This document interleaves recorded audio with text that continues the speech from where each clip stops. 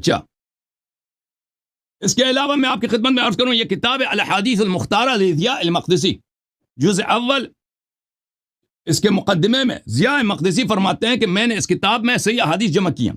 اچھا، اس میں جو حدیث ہے وہ صفحہ نمبر 88 میں حدیث نمبر 12 ہے. اس میں ابو بکر کہتے ہیں کہ اے کاش میں رسول پاک صلی اللہ علیہ وسلم سے 3 سوال کیے ہوتے. ایک سوال یہ فوددت انی کنت سألت فی من هذا الامر فلا ينازعه اہلہ، کاش میں پوچھ لیتا پیغمبر صلی اللہ علیہ وسلم سے کہ آپ کے بعد خلیفہ کون ہے، تاکہ اس پہ کوئی نزاع نہ ہوتا. تو اس پہ بھی واضح ہے کہ ابو بکر کی خلافت پہ نس وس کچھ بھی نہیں ہے، ٹھیک ہے نا. اور اس حدیث کو نقل کرنے کے بعد کہتے ہیں هذا حدیث حسن عن ابی بکر، یہ حدیث حسن ہے. اچھا، غایت المرام فی علم الکلام لسیف العامدی، واما صفحہ نمبر 276، واما معتقد اہل الحق من اہل السنہ واصحاب الحدیث فهو ان التعیین غیر ثابت بالنص بل بالاختیار. ہمارا عقیدہ یہ عقیدہ ظنی ہوتا ہے یا قطعی ہوتا ہے؟ شیخ صاحب، اوے لاہور والے، رضوی صاحب، عقیدہ آپ کا یہ آپ لوگوں کا عقیدہ ہے کہ تعیین غیر ثابت بالنص، ابو بکر کی خلافت پہ کوئی نص نہیں ہے، یہ تمہارا عقیدہ ہے، تمہارا اجماع. الحسام المسلوم على منتقصی اصحاب الرسول صلی اللہ علیہ وآلہ وسلم، تألیف محمد ابن عمر ابن مبارک الحضرمی. وقد انعقد الاجماع على انه صلی اللہ علیہ وآلہ وسلم لم ينص لامتی على استخلاف احد معین. کہتا ہمارا اجماع ہے کہ رسول اللہ صلی اللہ علیہ وسلم نے کسی کے، نہ ابو بکر نہ عمر، کسی کے خلافت پہ کوئی نص نہیں. تو عزیزو، ایک مطلب ثابت ہے، متواتر احادیث سے میں نے ثابت کیا کہ رسول اللہ صلی اللہ علیہ وسلم نے فرمایا کہ ان کے وفات کے بعد کچھ صحابہ مرتد ہو جائیں گے، ان کا وجہ ارتداد دین میں بدعت داخل کرنا ہے. روز قیامت وہ لائے جائیں گے، سیدھے جہنم لے کے جائے جائیں گے. پیغمبر کہیں گے کہ یہ تو میرے صحابہ ہیں، اللہ کہیں گا کہ انہوں نے، آپ کو پتہ نہیں انہوں نے دین میں کیا بدعتیں داخل کی ہیں، یہ تو آپ کے وفات کے فوراً بعد مرتد ہو گئے. تو وجہ ارتداد دین میں بدعت داخل کرنا ہے. ابو بکر خود چیخ کے چلا رہا ہے کہ میرے خلافت پہ نص نہیں ہے. تمہارا اجماع ہے کہ اس کے خلافت پہ کوئی نص نہیں ہے، عمر کے خلافت پہ کوئی نص، یعنی ان کی خلافت ہی بدعت ہے. خلافت اگر نص نہیں ہے تو اللہ کی جانب سے نہیں، رسول صلی اللہ علیہ وسلم سے نہیں ہے. اور یہ اس کو کہتے ہی ہیں کفر، اس کو کہتے ہی کفر ہے. اچھا، ملاحظہ فرمائیے کہ صاحب بدعت کافر ہوتا ہے، صاحب بدعت کافر ہوتا ہے. یہ قرآن کے متعدد آیات میں موجود ہے. صفحہ نمبر 485 میں سورہ شورى میں آیہ نمبر ہے 21، ام لهم شرکاء شرعوا لهم من الدین ما لم یأذن به اللہ. جو شخص دین میں ایک ایسی بات کی تشریح کر دے جس کا اللہ نے اجازت ہی نہیں دیا، اس کا مطلب ہے ہم لہم شرکاء، کیا ان کے پاس اللہ کے علاوہ اور بھی اللہ ہے؟ ان کے پاس یہ مشرک ہے. اللہ نے کہا کہ ولولا کلمۃ الفصل لقضی بینہم، اگر روز جزا کی بات نہ ہوتی تو میں ان پہ عذاب نازل کر لیتا. وَإِنَّ الظَّالِمِينَ لَهُمْ عَذَابٌ عَلِيمٌ. اور بھائی قرآن یقینی ہے یا یہ بھی ظنی ہے؟ قرآن مجید میں سورہ مبارکہ مائدہ میں فرمایا وَمَن لَمْ يَحْكُمْ بِمَا أَنزَلَ اللَّهُ فَأُولَئِكَ هُمُ الْكَافِرُونَ. جو ما انزل اللہ کے مطابق حکم نہ کرے وہ کافر ہے. ابو بکر کی خلافت ما انزل اللہ نہیں ہے.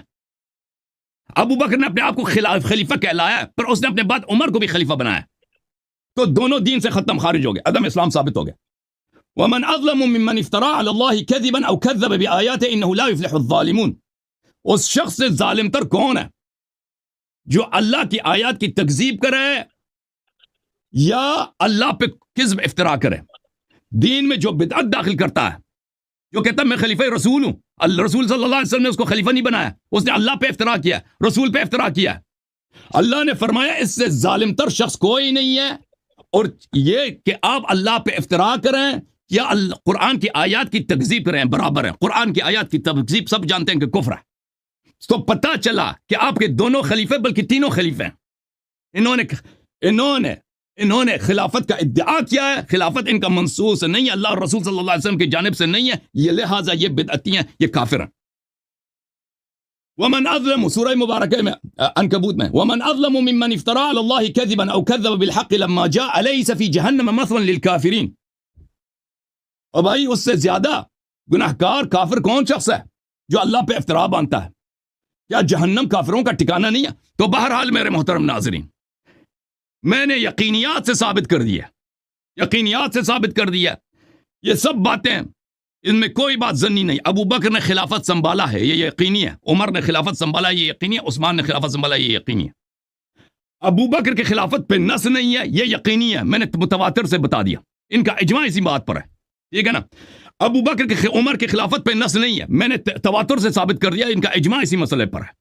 جب ان کی خلافت پہ کوئی نص نہیں ہے تو اسی بدعت اسی کو کہتے ہیں. جس کو اللہ اور رسول صلی اللہ علیہ وسلم نے اپنا خلیفہ نہیں بنایا، ان لوگوں نے اس کو، یہ لوگوں نے اپنا خلیفہ کہتے ہیں.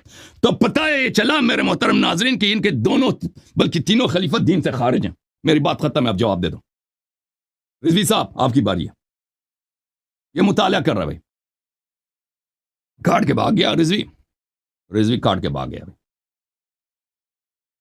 اور رضوی صاحب میں نے بہت جلدی بات کی ہے، میں نے بہت ہی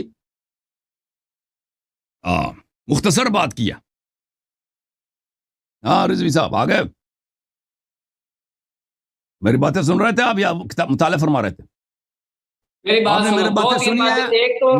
میرے باتوں کے وقت یہ کتاب پڑھ رہے تھے بھائی. ابھی کیونکہ میری باتیں کو سمجھ نہیں آئی نا. کیوں؟ میں آپ کی ساری باتوں کا جواب بھائی دیتا ہوں. میرا آپ سے گلایہ سن لے، میری گلایہ آپ سے سن لے. میرا گلایہ آپ سن لو پہلے. میں نے ساری باتیں ان دو کانوں سے گلایہ سن لو، میرا گلایہ سن لو. گلایہ شکوہ سن لو بھائی. میں نے دیکھا، سب لوگوں نے دیکھا کہ میں جب بات کر رہا تھا آپ کتاب کھول کے کتابیں پڑھ رہے تھے. ٹھیک ہے نا. حوالے دیکھ رہا تھا، جو تم حوالے دے رہے تھے آپ کے میں حوالے جب میں کتاب سے میں دکھا رہا تھا آپ کے سامنے، حوالے جب میں دکھا رہا تھا تو آپ کو چاہیے تھا کہ جو میں دکھا رہا ہوں اس کو دیکھ لیتے نا. وہ تو آپ دیکھ نہیں رہتے. جو آدمی پڑھ رہا ہوتا ہے وہ بولنے والے کی بات نہیں سمجھتا. وہ بولنے والے کی بات نہیں سمجھتا. میں جواب دیتا ہوں، ابھی جواب سنو. اگر آپ کو سمجھ نہیں آئی تو میں دوبارہ تکرار کروں. آپ میری باتیں سنو. میں نے آپ کی باتیں سنی یا میری بات سنو؟ نہیں سنی آپ نے، اچھی طرح سے نہیں سنی. میں نے سنی ہے. سب لوگوں نے دیکھا کہ آپ پڑھ رہے تھے. چپ تو کرو نا. میں جواب دوں گا نا. جو آپ نے باتیں کی میں اس کا جواب دیتا ہوں. وہ آپ کا ظن ہے.